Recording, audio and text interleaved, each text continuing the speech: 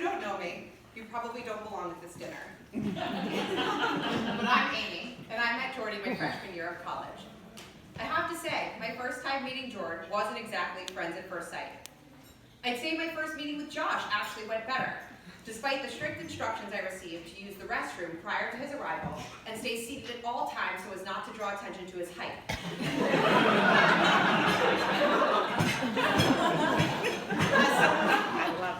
As someone who was way too tall for a girl, I was under no circumstances to stand up.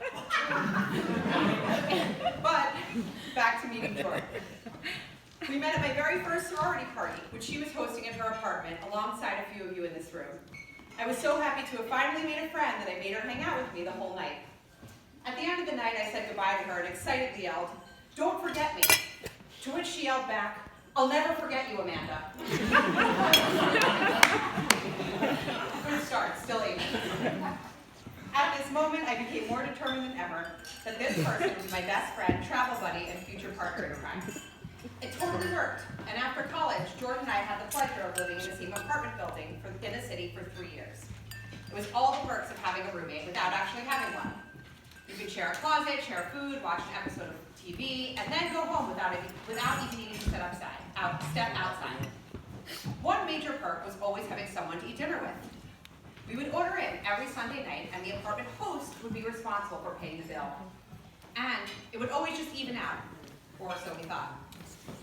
We actually spent a few Sundays in a row at my apartment, so to make it fair, Jordan put her credit card information into my seamless account. Months go by, and Jordan keeps telling me how poor she is. I would think to myself, it's too bad she's being so irresponsible with her money, because I am doing better than ever and haven't changed any of my habits. At this time, my very poor friend Jordan set up credit card alerts to try and better manage her funding. That same night, she got an alert that she had just ordered $80 in Chinese food, an order that she never placed. Turns out, Jordan had been paying for all of my takeout delivery for 4 months in addition to her own, and I had in fact robbed my best friend. In the end, Jordan didn't need to pay her share of the Hamptons house that summer, and we both started taking our finances more seriously. So in sum, you're welcome, Josh. But before Josh came along, Jordan and I were single and dating together. As best friends do, we used to coordinate our dates to occur on the same night so we could have a drink together beforehand. No, nobody else does that? Well, sometimes we'd have one too many beforehand, and it would result in a situation much like the following. Text from Jordan. Amy, fuck. Me, what's up, bad mate? Jordan, I meant to text you, but I just texted my date that this is the worst date ever. He's in the bathroom, and I don't think he brought his phone. I might start going through his things, but I might just leave. In true Jordy form, she was quick on her toes. Her date returned to the table, and she said, "Did you get my text?" Really leaned in on that one. She then proceeded to convince him that she was texting him about a date occurring at the table next to them. That's my Jordy. Though I must say that particular date was doomed from the start, as it began with Jordy sitting down next to the wrong guy and talking to him for 15 minutes before realizing that he was not, in fact, her date. Then Josh came into the picture. I knew just after a few dates when Jordan asked me to meet him that this had some potential. But I also knew that if I didn't like him, it was over. So we both started dating Josh. What Josh didn't know is that he had already solidified his place in my heart after the first date. On said date, Josh was discussing review season at work, and in true Jordy form, Jordan asked Josh to review her date performance. No more than 24 hours later, Jordy received her review via email. It praised her humor and honesty, which was all great and lovely, plus it didn't have any grammatical errors, my personal pet peeve.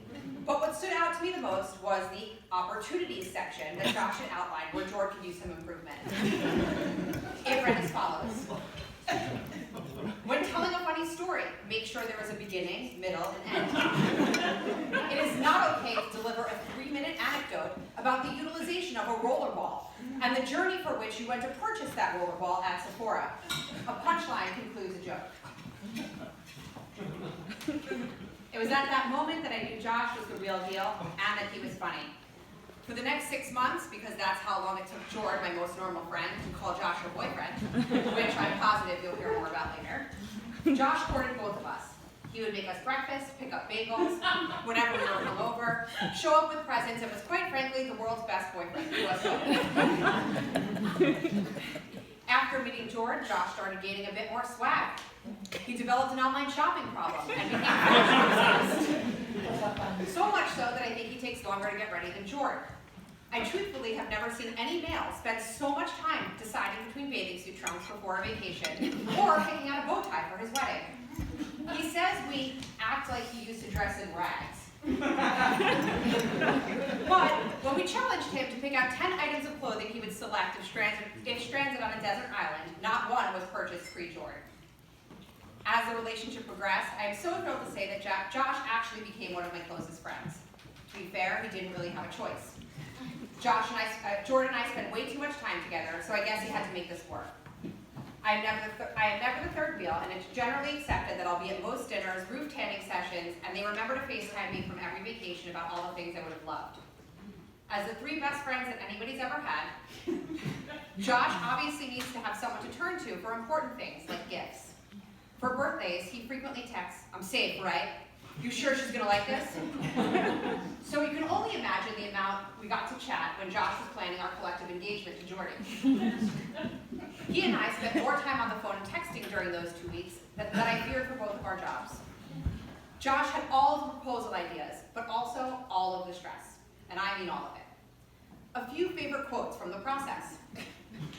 "Amy, you won't believe this. The ring guy gave me the worst box ever."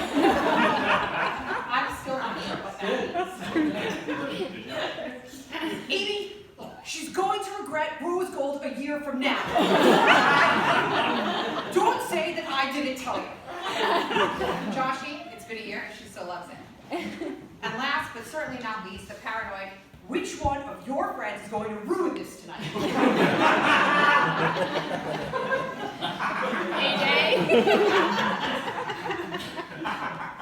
It was at this point that I felt like I couldn't leave Josh to his own devices. Josh had his plan, but I had mine. As many of you probably know, lying isn't Josh's strong suit. And while that's the #1 quality you want in your best friend's future husband, it made me seriously doubt his ability to pull off such a coup with his sleuth detective future wife, so I went rogue. I told Jordy I was going away for the weekend. If I wasn't in town, there was absolutely no chance she would think an engagement was happening. This was a brilliant plan, except that, as you now know, we lived in the same apartment building. So I was quarantined to my apartment for a day and a half. Despite living 3 floors apart, I turned off the lights, I listened to TV with headphones on, and I prayed to God she wouldn't be in the lobby during a seamless delivery. Joshy, I am grateful for you in so many ways. You're inclusive, kind, hilarious, make a mean reservation, and indulge my photo-taking obsession, though you secretly love it.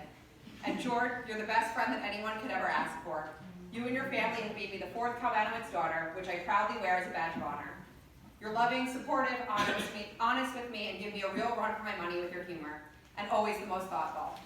Thank you for letting me make you my best friend, and I consider myself so lucky to call you that. Watching your relationship grow together has been a real ride, literally and figuratively. We were in the car a lot together, but a ride I never want to get off of.